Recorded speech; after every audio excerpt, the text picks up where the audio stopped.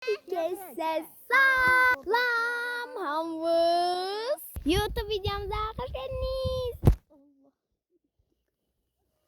Evet, bugün gördüğünüz gibi dağlardayız.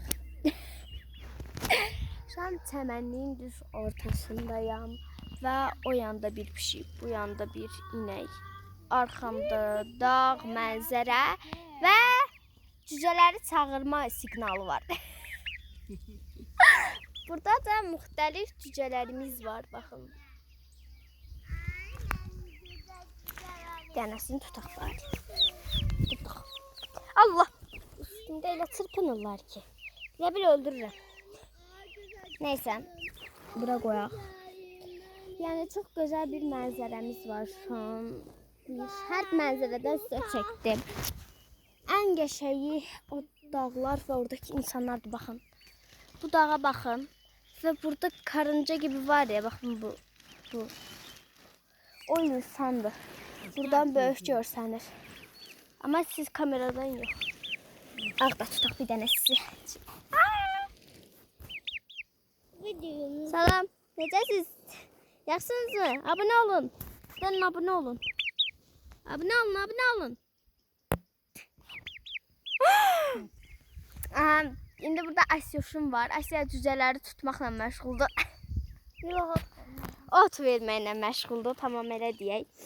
Burada mənim konfetim vardı, oyun. Sizə mənzərə olaraq bu dağ mənzərəsini seçdim. Günəş vurur bütün üzümə. Yəni çox gözəldir deyil. Şu mənzərəyə belə baxın, insan da bilmir. Çəmənlik. Ən sevdiyim burada oturub piknik eləməyə özümcə. Sərbəst, sakin. Yəni otursan kuş, xoruz, ay Allah. Hər şeyin səsini dinsən. Atlıyor. Bu yafağı yerə atacağım. Yəni huzur içindəyəm. Dostlar, burada sizin yəni oxuyan şagirdlərin günləri necə keçir, hardasınız, necəsiz? İnanın çox merak edirəm. Bakın etrafında cüceler, nenem, Asya ham var.